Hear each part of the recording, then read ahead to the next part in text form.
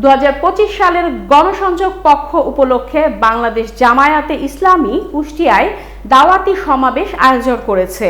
কুষ্টিয়া থেকে আমিরুল ইসলাম জানান, কুমারখালী পৌরসভার 5 নম্বর ওয়ার্ডের উদ্যোগে কুমারখালীর ইকো পার্কে আয়োজিত এ সমাবেশে সভাপতিত্ব করেন ডক্টর গোলাম মোস্তফা, ওয়ার্ড সভাপতি। অনুষ্ঠান সঞ্চালনায় ছিলেন মোহাম্মদ হাবিবুল্লাহ, সাধারণ সম্পাদক 5 নম্বর ওয়ার্ড।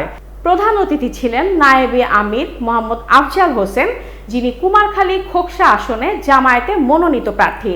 বিশেষ অতিথিদের মধ্যে বক্তব্য রাখেন এইচ মোহাম্মদ রবিউল, মোহাম্মদ কামাল হোসেন এবং নির্বাচন পরিচালক মোহাম্মদ আকমল হোসেন মোল্লা।